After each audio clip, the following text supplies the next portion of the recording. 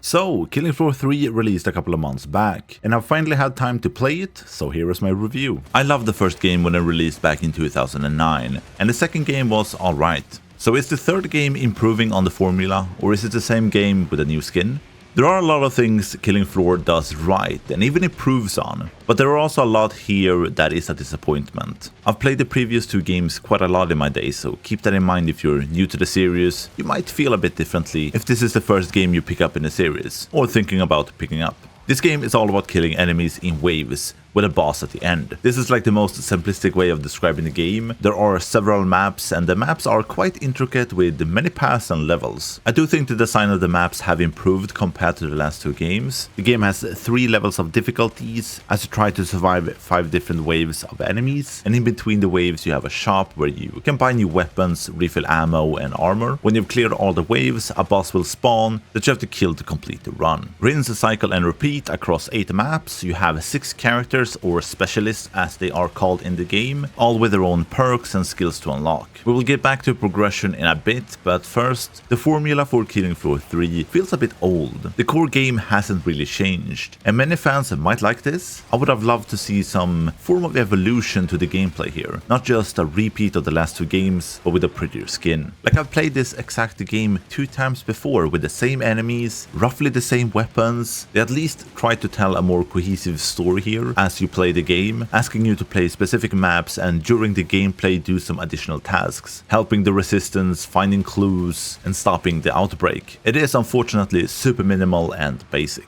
It's quite disappointing to see that they haven't done more to try to improve the game's overall formula, improve it and distinguish it a bit more from the first two games. But back to the gameplay. During the waves they get progressively harder with better enemies and more enemies, exactly like the previous two games did. There's never a surprise or something unexpected happening. The maps are super static. You can have waves that mutates the enemies a bit, but it doesn't really impact the game a whole lot. It changes the damage types a bit, a few different enemy types, but nothing too crazy. It's just more of the same with no new enemies either. Very disappointed to see this. It would be nice with maybe a map that progresses, where you had to keep moving, or maybe a building that half collapses after a while and you had to move to a different section, or enemies try to converge on an objective. I don't know, something else that kind of break the static formula of the game.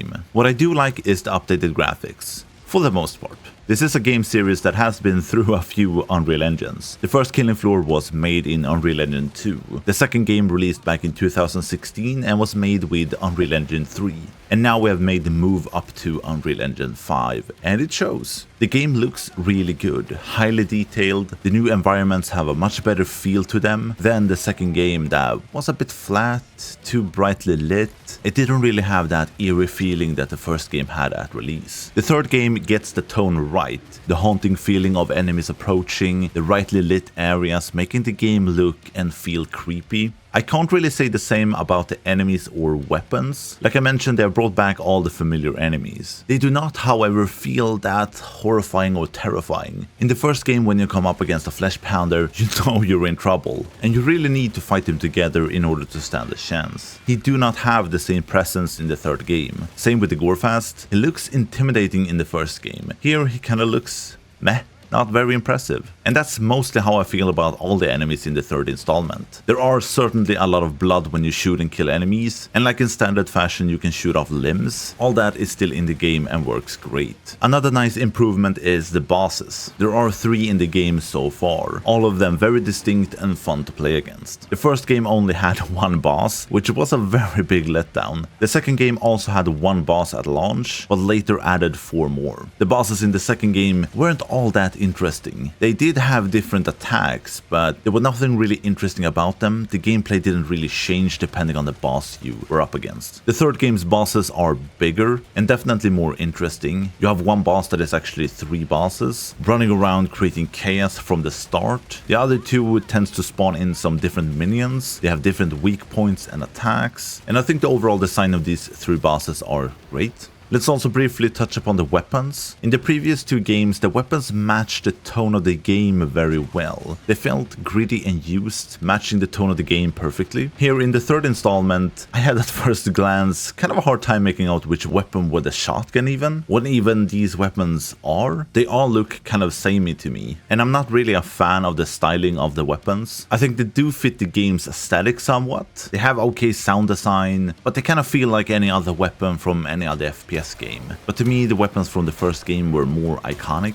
Progression, on the other hand, has improved, not drastically, but somewhat. Progression in the first and second game were really slow. Not that it is particularly fast here, it at least feels a bit faster. There are also more systems to interact with. Each of the 6 characters has their own tree of skills that you can unlock. Max level is 30, and these skills are tied to every other level. So every other level you'll get a new skill from the skill tree, and these are passive perks, throwables, or gadgets. On most of these unlocks, you get to choose one of 2 or 3 options for each category, letting you form or build your character a bit. I wish this was left more open with more options for more interesting builds. It's still very narrow what you can do in this game, but you can at least upgrade these skills, these passive perks, the throwable, the gadgets, so that they become better, deal more damage, hit in a wider radius, stuff like that. Another progression system in the game is modifying the weapons. You can create custom loadouts for your weapons. At the bare minimum, the devs have made 4 pre-made loadouts for each weapon, but on top of that you can customize and add your own. And there are a surprising amount of options here. You can change the stock, the magazine, the sight, the grip, the barrel, and ammo. I do really like this, creating your own gun to use. It's a neat idea that fits well into the game experience. Depending on the attachments you choose for the gun, the price will also change, in all cases becoming more expensive when it comes down to buy it between runs, and I think it's a fair trade-off as you get a better gun. This is a much better system than just straight up increasing your damage as you level up the guns like in the second game. You do need to farm crafting materials in order to craft these modifiers for your weapons, but it's not too bad. You get enough to max out a gun after a few runs. I do wonder if they should have taken the crafting system further with equipment, letting you get even more control over your character's playstyle. It feels like they played the progression system a bit safe. A few more risks, a few more options for diverse builds would have been cool to see. This is of course a game made to be played in co-op.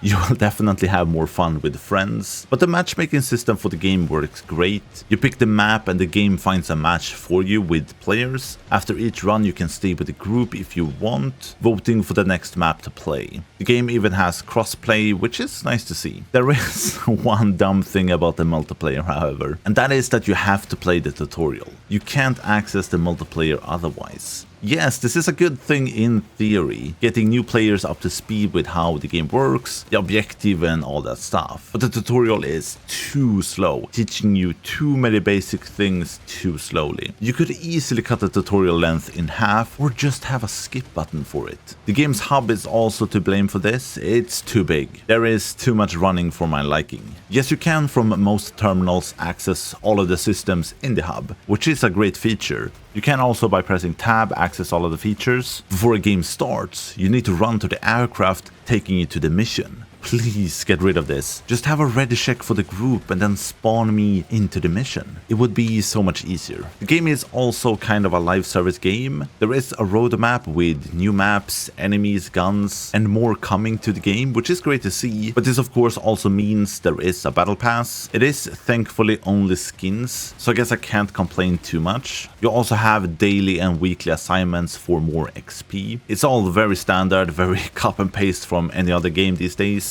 Nothing inherently wrong with it, it's just kind of boring to see and it makes the game less unique. I do wanna like this game so bad, but to me it lacks innovation in such a narrow scope that this game has confined itself to, and I really can't recommend the game to veterans of the series. For someone that haven't played the previous 2 games and think the game looks interesting, you might want to give it a try with a friend or two, maybe pick it up during a sale.